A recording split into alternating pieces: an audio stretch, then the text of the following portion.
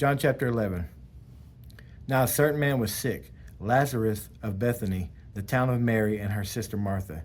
It was that Mary who anointed the Lord with fragrant oil and wiped his feet with her hair, whose brother Lazarus was sick. Therefore the sisters sent to him, saying, Lord, behold, he whom you love is sick. And Jesus heard that, he said, When Jesus heard that, he said, The sickness is not unto death, but for the glory of God, that the Son of God may be glorified through it. Now Jesus loved Martha and her sister and Lazarus. So when he heard that he was sick, he stayed 2 more days in that place where he was. Then after this, he said to his disciples, Let us go to Judea again. The disciples said to him, Rabbi, lately the Jews have sought to stone you, and are you going there again? Jesus answered, Are there not 12 hours in a day?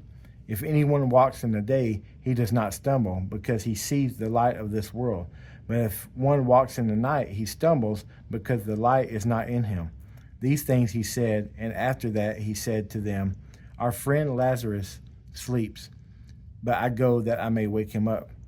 Then his disciples said, Lord, if he sleeps, he will get well. However, Jesus spoke of his death, but they thought that he was speaking about taking rest and sleep. Then Jesus said to them plainly, Lazarus is dead, and I am glad for your sakes that I was not there, that you may believe. Nevertheless, let us go to him. Then Thomas, who is called the twin, said to his fellow disciples, Let us also go, that we may die with him. So when Jesus came, he found that he had already been in the tomb 4 days. Now Bethany was near Jerusalem, about 2 miles away, and many of the Jews had joined the women around Martha and Mary to comfort them concerning their brother. Then Martha, as soon as she heard that Jesus was coming, went and met him, but Mary was sitting in the house. Now Martha said to Jesus, Lord, if you had been here, my brother would not have died. But even now I know that whatever you ask of God, God will give you. Jesus said to her, Your brother will rise again. Martha said to him, I know that he will rise again in the resurrection at the last day. Jesus said to her, I am the resurrection and the life. He who believes in me, though he may die, he shall live. And whoever lives and believes in me shall never die. Do you believe this? She said to him, Yes, Lord, I believe that you are the Christ, the Son of God, who is to come into the world. And when she had said these things, she went her way and secretly called Mary, her sister, saying, The teacher has come and is calling for you. As soon as she heard that, she arose quickly and came to him. Now Jesus had not yet come into the town, but was in the place where Martha met him. Then the Jews who were with her in the house and comforting her, when they saw that Mary rose up quickly and went out, followed her, saying, She is going to the tomb to weep there. Then when Mary came where Jesus was and saw him, she fell down at his feet, saying to him, Lord, if you had been here, my brother would not have died. Therefore, when Jesus saw her weeping, and the Jews who came with her weeping, he groaned in the spirit and was troubled, and said, Where have you laid him? They said to him, Lord, come and see. Jesus wept.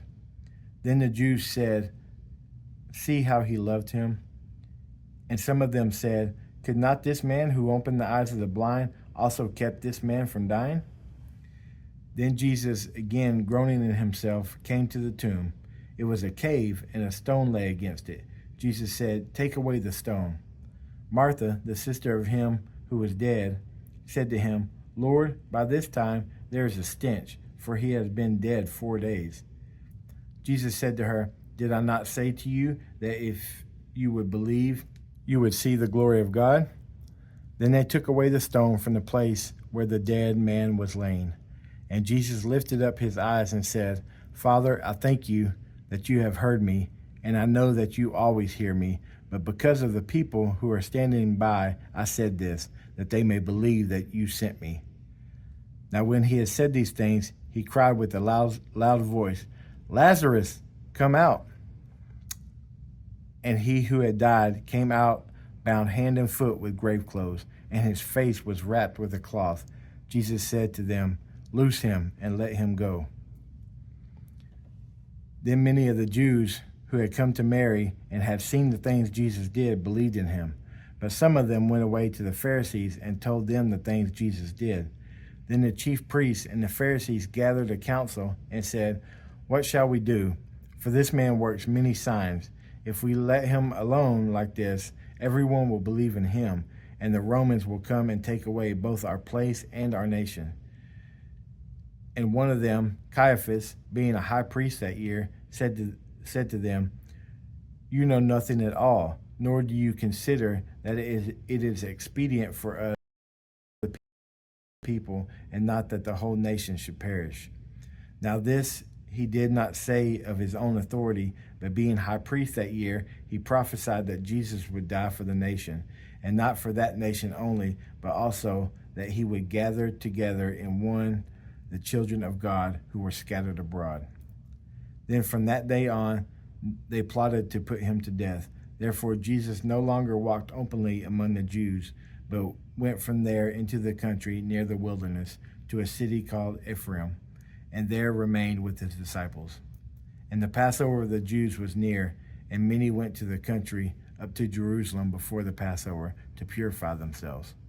Then they sought Jesus and spoke among themselves as they stood in the temple, "What do you think, that he will not come to the feast?"